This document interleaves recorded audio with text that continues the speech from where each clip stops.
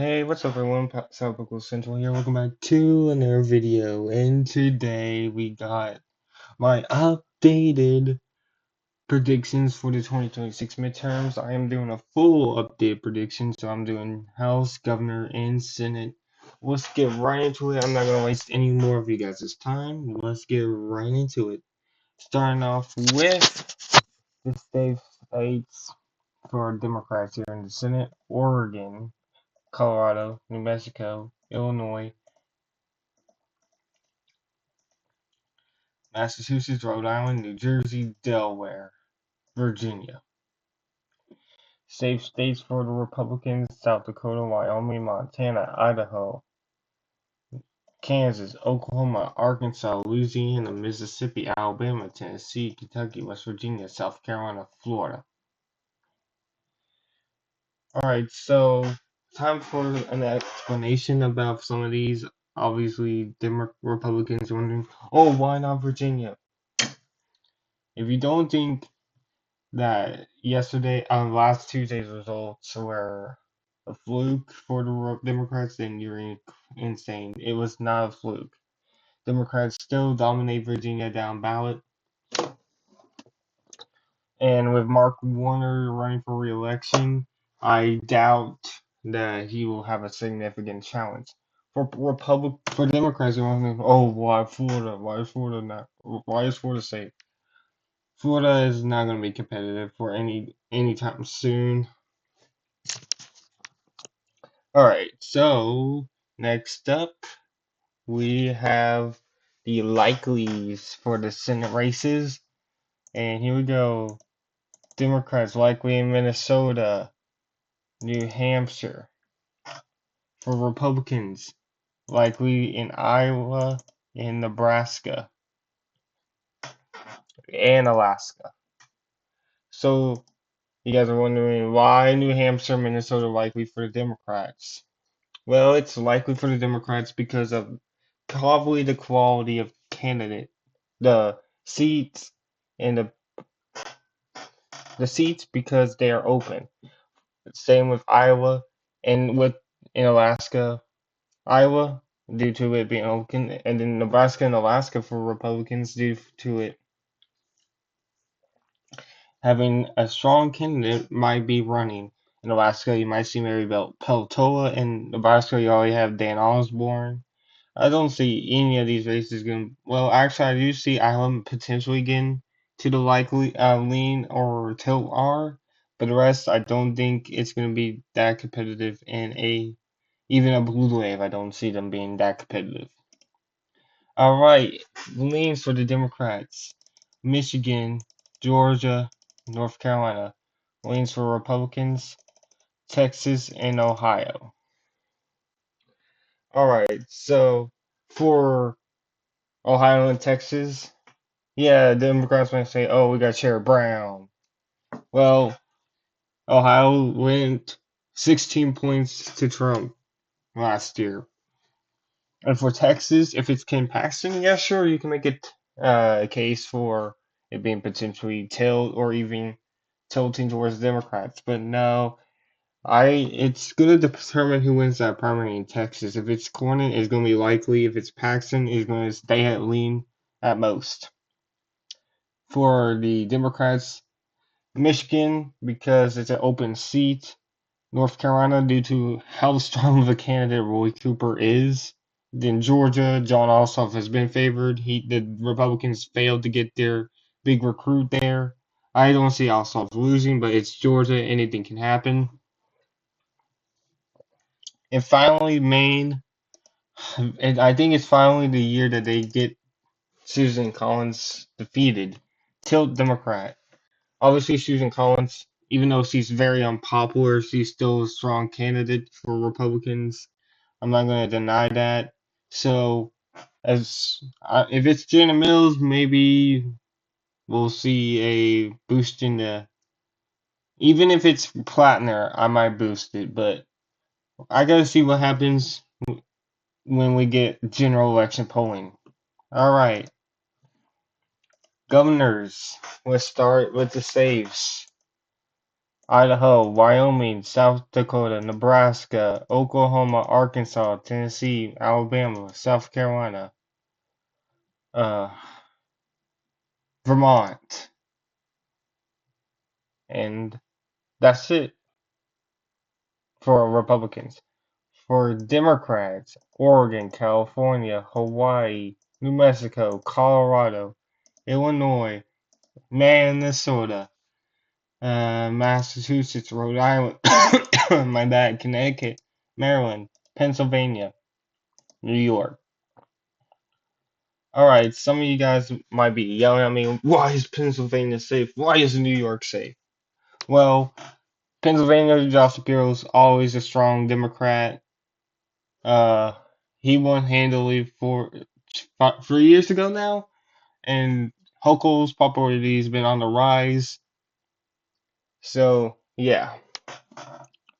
And then, if you're wondering why I don't have states like Florida or Alaska, Texas safe yet, just wait a little bit. All right, for Republicans likely, Kansas, I not Iowa, Kansas, Ohio, Florida, Texas, and Alaska. All right, for let's give my arguments for these ratings. In New Hampshire, my bad, I forgot New Hampshire. So let's start with New Hampshire. Yeah, it's still super popular. She dominated in the she overperformed even my expectations last year. I think she'll hold on, but again, it's very early. New Hampshire doesn't have their primaries till September.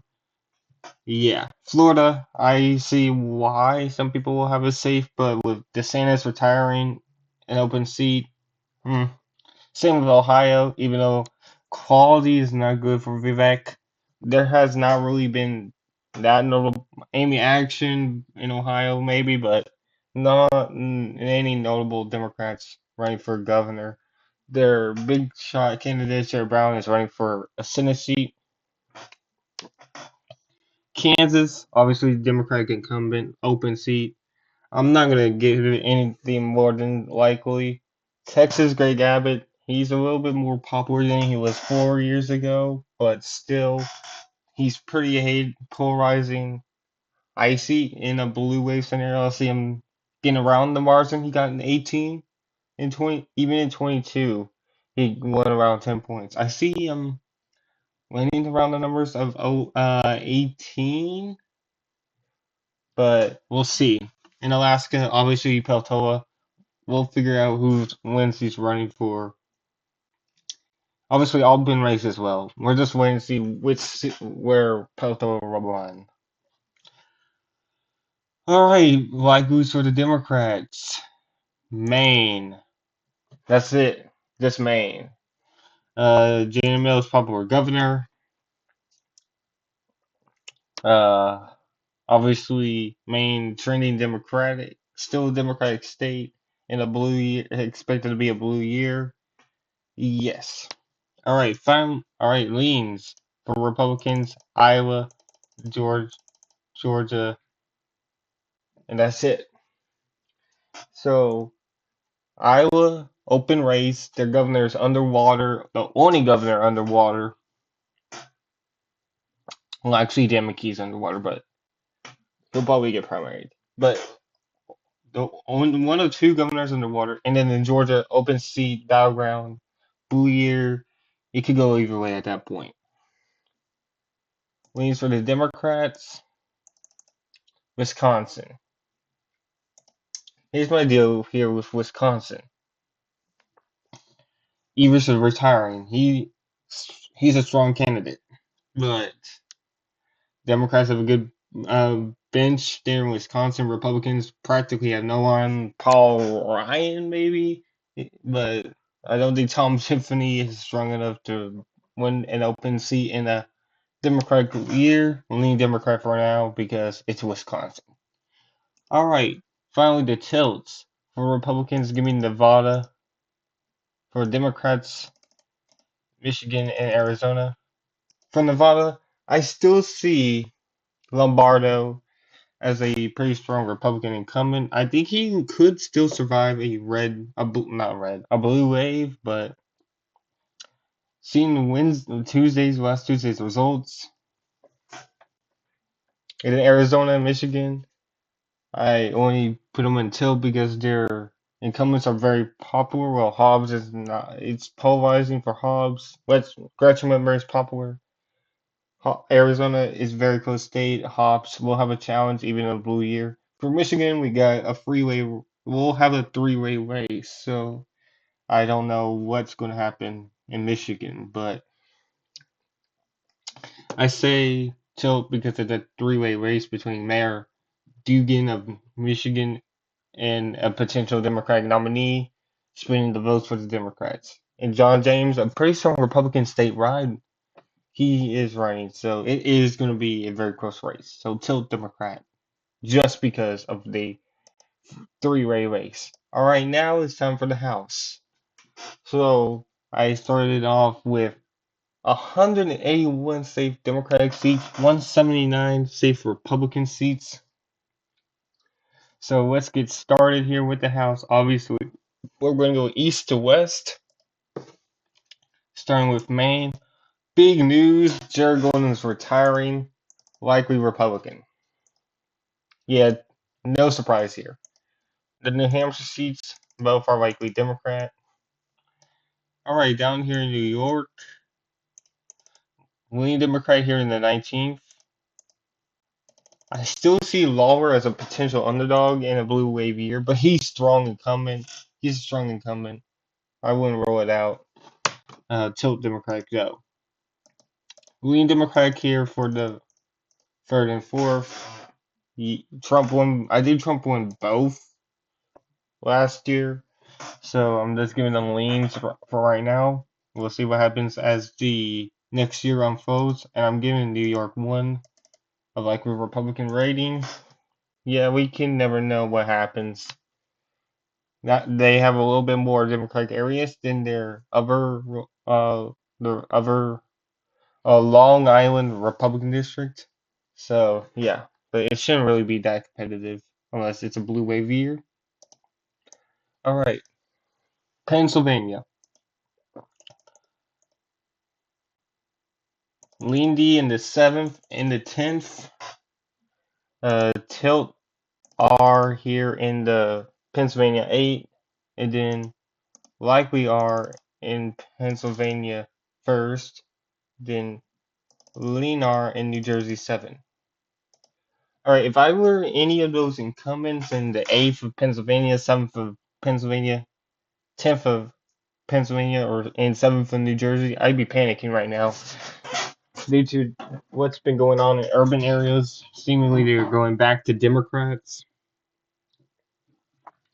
In large numbers, we're seeing more of Democratic stronghold, them becoming more Democratic strongholds again. So it could be scary times for those incumbents. I have Pennsylvania one likely Republican because Brian Fitzpatrick is Brian Fitzpatrick. He always wins somehow. All right, down in Virginia, North Carolina. Then I'll move over to Ohio and Kentucky. All right, the 7th likely Democratic, the first lean Democratic, and then likely Republican in the first. I am putting into account the Tuesday's results and then potential redistricting here, but I still think Higgins is an underdog either way in Virginia 2, my bad. All right, North Carolina. The first, lean Democratic. The third, likely Republican. First, likely Republican. So for the first, I see it still being sort of competitive. The third, I see it being now somewhat competitive in Democratic districts in the 11th. Same thing as some Democratic strongholds, but more Republican strongholds. But yeah, in a good year, all three of those could potentially be competitive, and the first could actually might stay Democrat in a good year for the Democrats. Oh, right. Now up here in Ohio, this could have been worse for Democrats, but it's better for Republicans than the current map. I give a likely R to the ninth, a likely D, lean Democratic to the first and 13th. Give me likely R's in both these races here. We'll see what happens, but Republicans potentially screwed themselves in both the 15th and the 10th. We'll see what happens, but it's open that Democrats could actually sweep the new competitive, somewhat competitive districts in Ohio. We'll just see what happens down ballot from Sherrod Brown down the top of the ballot, the governor and the Senate. See what happens down ballot. All right, down to Kentucky, likely Republican Lexington, Kentucky. I don't see this being any competitive outside of maybe a likely margin. All right, Tennessee, the seventh. No, wait, that's not the seventh. That's the fifth. The seventh is this one where we have a special in a few weeks. All right, likely Republican. Nat Ogles still is going to win because Nashville got gerrymandered, obviously. Georgia's second, likely Democrat, unless the VRA is Section 2 is revoked. Florida, we might see redistricting if VRA Section 2 is, even if VRA Section 2 is safe, we may see redistricting here. But right now, likely here for all the Democratic districts that are potential competitors, and then likely Republicans in the 27th, 7th, and 15th, and lean Republican here in Pinellas County. All right, let's go now up to the Midwest. All right, starting with Michigan. I see Democrats sweeping all. So obviously, Democratic held 8th district. I see them holding the 7th. Probably flips in a moderate blue year. Even a slight blue year probably still flips. And then John James's district probably flips in the year we're going into next year. Indiana's first. Probably is going to get redistricted sometime in the next 4 years. Likely Democratic though. Alright, over here into Minnesota. Likely for both parties in their competitive districts due to these suburbs here. I see Democrats lean here in District 3 Wisconsin. Derek Van Orden is very unpopular. He barely won twice in a district Trump won by probably double digits. And then we cannot rule out Wisconsin 1 being competitive. Alright, Illinois 17, the more competitive of the districts here, but it's probably going to be likely at best here. Here we go, Iowa. I have the first being likely Republican, and then the second. Actually, this is the first. That's the second. The first being likely Democrat, second being likely Republican, and tilt Democrat for the third. I just see them being very favored in those two southern Iowa districts, especially the second with Marinette or Meeks being very unpopular. All right, down over in Nebraska second. He is flipping pretty much basically on the flip unless Don Bacon unretires. All right, now Missouri fifth. Likely Republican. We may see a referendum put in place where it would hold this map from going into effect. So likely Republican for now. If the referendum gets enough signatures to put it on the ballot, it'll go back to solid Democrats since we'll probably won't see that referendum vote take place until like November after uh the filing deadline or the primaries, whatever comes whenever the decision falls on the special falls on. All right, Texas likely are for the 32nd. I see potential there where Democrats could, in a wavier hold that I see due to Dallas suburbs, but Republicans successfully gerrymandered that out of hell.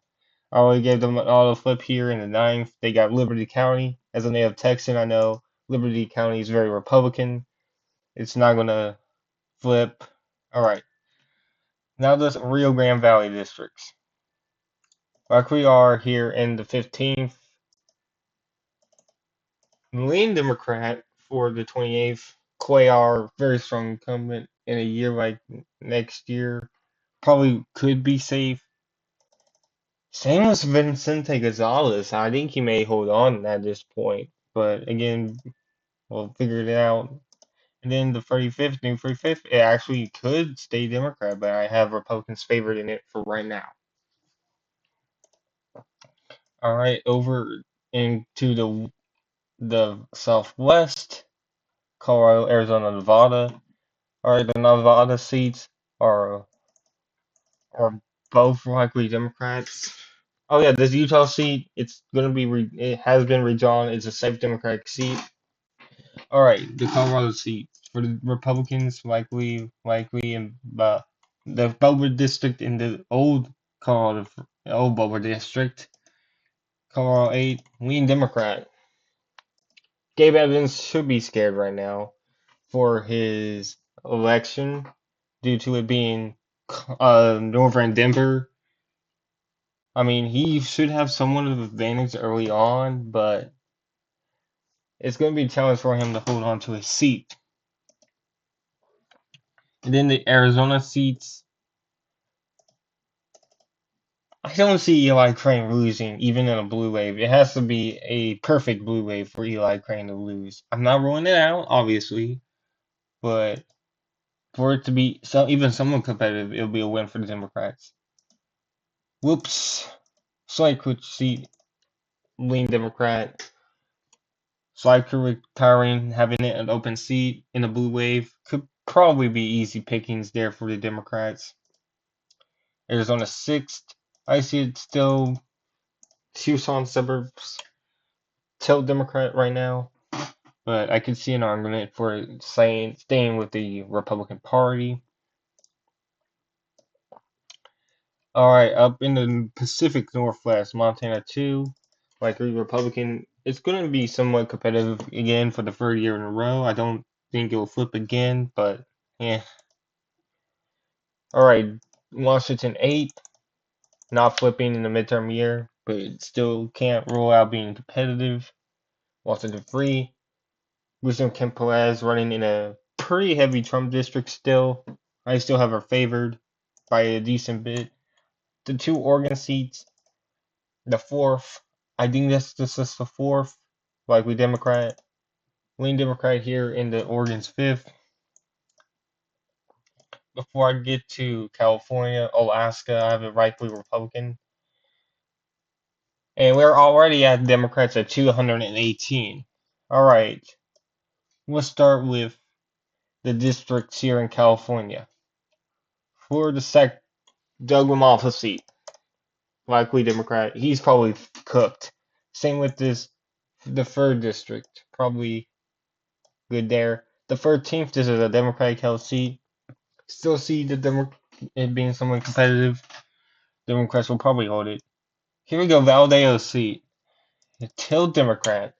Valdeo somehow can hold on in very tough elections. He barely lost in 18, and has won pretty decently in the past two elections.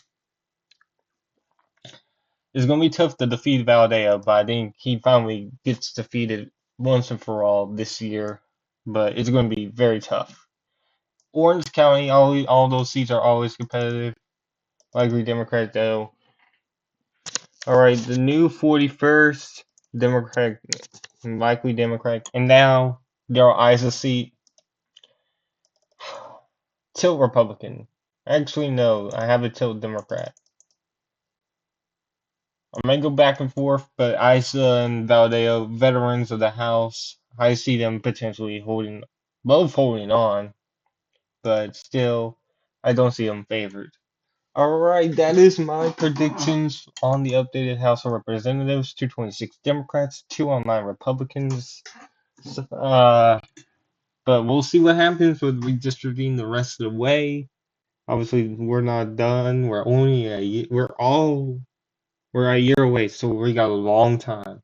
Thank you guys so much for 300 subscribers. Thanks for listening to my podcast, the Air Breakdown. It'll be back next October for the midterms. And I'll see you guys soon. Thank you for watching.